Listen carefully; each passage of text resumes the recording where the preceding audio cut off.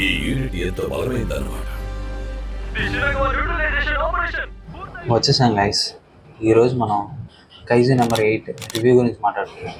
ఈ సిరీస్ చూడని వాళ్ళు ఎవరు లేరు అనుకుంటున్నాను. ఒకవేళ చూడకపోతే మాత్రం ఇప్పుడే చూసేయండి. చాలా అద్భుతమైన స్టోరీ లైన్. అంటే ఇప్పుడు దాకా మనం చూడండి అనేది కాదు, ఆల్రెడీ మనం చూసింది. బట్ వీళ్ళు ప్రజెంట్ చేసే విధానం చాలా బాగుంటుంది. జనరల్గా సినిమాల్లో కానీ సిరీస్లో కానీ దేంట్లోనే కానీ హీరో ఒక ఎమోషన్ మనకు అర్థం కాకపోతే చూసినా చాలా బోరింగ్గా లూజ్గా ఏం అర్థం కాకుండా సాగిపోతున్నట్టు అనిపిస్తుంది.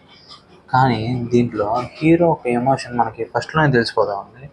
కొంచెం మిడిల్ ఏజ్డ్ గల ఈ వ్యక్తి కానీ వాడి యొక్క బాధ అనేది మనకి ఫస్ట్లోనే కన్వే చేసేస్తారు. ఈరోజు రిలీజ్ అయిన ఈ 4th ఎపిసోడ్లో కైజీ నెంబర్ 9 అనేది కైజీ నెంబర్ 2 యొక్క శక్తులన్నీ డైరెక్టర్ దగ్గర నుంచి తీసేసుకొని వాడిని చంపేస్తుంది. ఈలోపు వచ్చిన నయోమి, కికారో, మన కఫ్కా హిబెనో ముగ్గురు కలిసి ఫైట్ చేసినా కానీ దాన్ని ఓడించలేకపోతారు. ఇంతకీ మన వాళ్ళు ఓడిగలరా లేదా?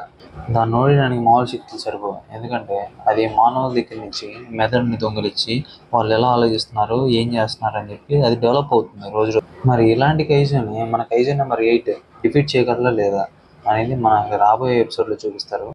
యానిమీ లవర్స్ ఎవరైతే ఉన్నారో ఇప్పుడు దాకా స్టార్ట్ చేయకపోతే ఈ సిరీస్ని వెంటనే స్టార్ట్ చేయండి. ఎందుకంటే చాలా అద్భుతంగా ఉంటుంది.